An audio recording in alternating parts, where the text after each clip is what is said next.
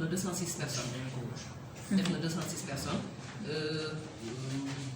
et puis bateau bi muy ñëw il a fallu que ñu jël ay mesures yi nga xamante ni nécessaire pour que nit ñi voyager te benn problème di ci am.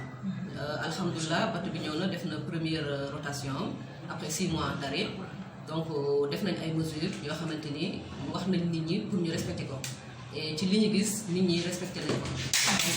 jël nañ disposition yëpp pour que voyage bi ñu def ci jàmm ak salaam pour que mu mën a ñëw. bu ngeen gisee bateau bi benn moo ñëwagum dañuy xaar tuuti fii ak benn voyage ñaari voyage 1 à 2 semaines ñu xool ndax mesures yi respecté nañ ko ndax résultat yi ci am positif na comme ça ñu mën a programmer pour yeneen bateau yi reprendre. lu war affaire papier la donc il fallait que ñu xaar ñu am aval pour que ñu mën a reprendre léegi aval boobu jot nañ ko moo tax ñu reprendre rotation yi.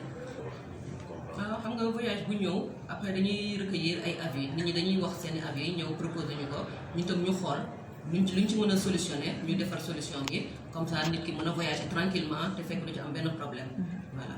madame par rapport loolu tax respect yi ñu dañuy exiger pour que ñëpp respecté ko personnel bii liggéey passager beeg ñu dugg ci gaar yi ñu dugg ci bateau yi ñëpp dañ koy respecté. le port du masque est obligatoire kuy dugg ci gaar yi wala ci bateau yi da ngay takk sa masque lavage des mains balaa ngay dugg ci gaar yi da nga koy def.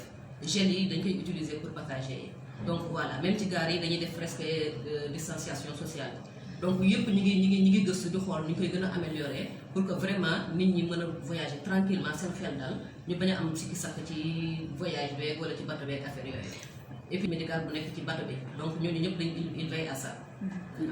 Demain le retour c'est demain. Donc l'autre départ de Dakar c'est prévu pour le vendredi. Arrivé à Ziguinchor le samedi. te ñaata passagers ñoo fi ñëwoon. am nañ 206 passagers. Mën nañu xam.